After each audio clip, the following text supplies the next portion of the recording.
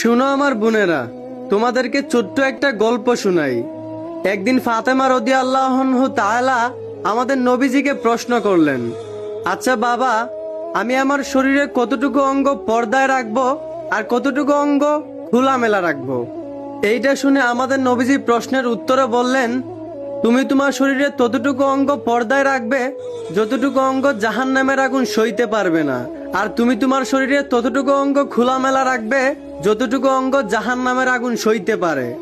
মানুষের এমন কোনো অঙ্গ নাই যে সামান্য দুনিয়ার আগুন সহ্য করতে পারবে, সেইখানে জাহান্নামের আগুন।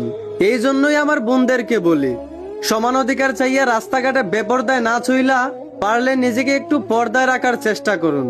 আশা করি আমার কথাগুলো বুঝতে পারছেন। ধন্যবাদ।